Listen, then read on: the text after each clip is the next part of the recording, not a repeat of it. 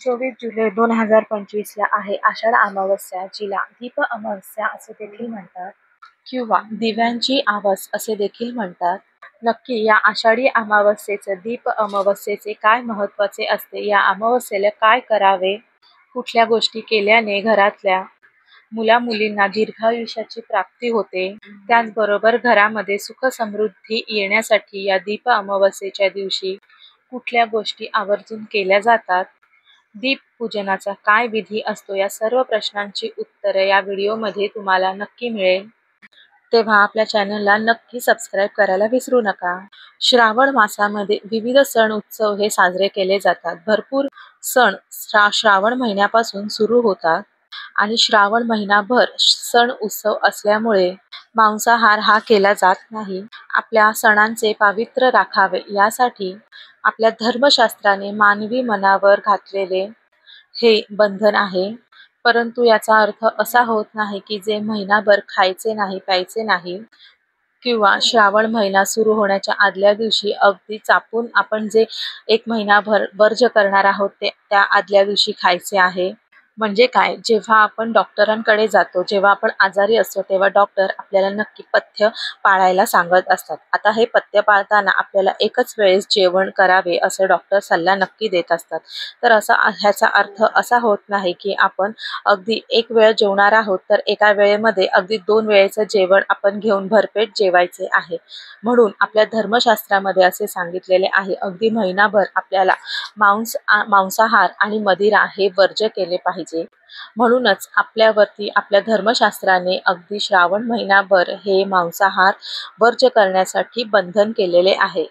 आपल्या घरातील गृहिणी आहेत त्या अगदी आपल्या घरामध्ये, आपल्या स्वयंपाकगृहामध्ये शाकाहारी जेवण नित्यनेमाने करत असतात. त्यांच्याकडून हा शाकाहारी जेवणाचा नियम हा कटाक्षाने पाळला गेला जातो. परंतु जे मांसाहार करत असतात, मुख्यत्वे करून पुरुष मंडळी मदिरापान करत असतात, त्यांना कोणतेही कारण पुरेसे असते अगदी मदिरापान करण्यासाठी. अशी पुरुष मंडळी, त्यांना काही आनंद झाला असेल किंवा काही दुःख असेल तरी देखील ते मद्यपान करत असतात, मद्य पीत असतात. आणि अशामध्ये महिनाभर अगदी व्रतस्थ राहायचे म्हणजे महिनाभराचा कोटा पूर्ण करण्याचा आयते निमित्तच चालून आल्यासारखे त्यांना वाटते. अशा मुठभर लोकांनी आषाढी अमावस्येला गटारी घोषित करून गटारात लोळण्याचा शब्दशः जणू परवानाच मिळवलेला आहे. परंतु असे वागणे म्हणजे आपणच आपल्या संस्कृतीचे आपण स्वतःच वाभाडे काढण्यासारखे आहे. आपली संस्कृती ही आपल्याला उत्कर्षाचे धडे देते. आषाढ अमावस्येच्या दिवशी खरं तर घरातील अगदी छोट्या पणतींपासून अगदी मोठ्या समईपर्यंत दिवे काढून स्वच्छ घासून पुसून स्वच्छ करून घ्यायचे असतात. हे दिवे वर्षभर आपल्याला प्रकाश देतात, म्हणून या दिव्यांप्रती कृतज्ञता व्यक्त करायची असते.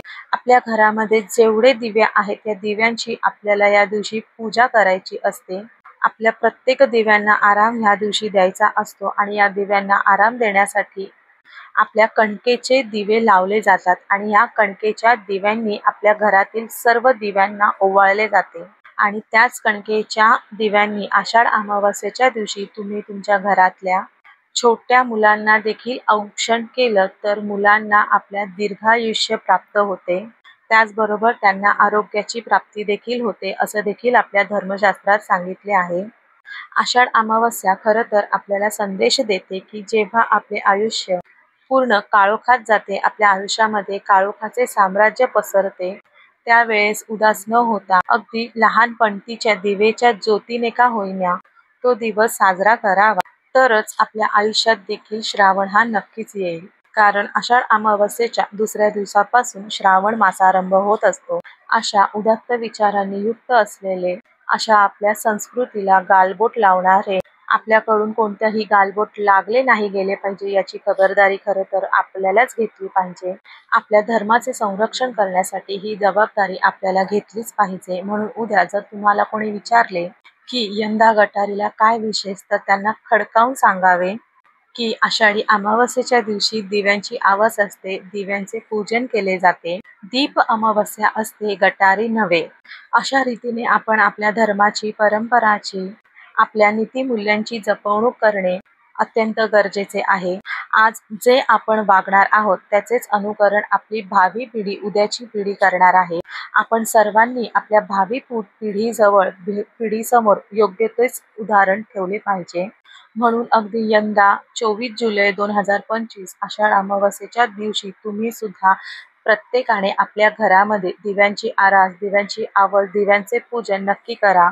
आणि यंदाची आषाढ अमावस्या ही अतिशय खास आहे, कारण यंदाच्या आषाढ अमावस्येला गुरुपुष्यामृत योग सुद्धा आलेला आहे.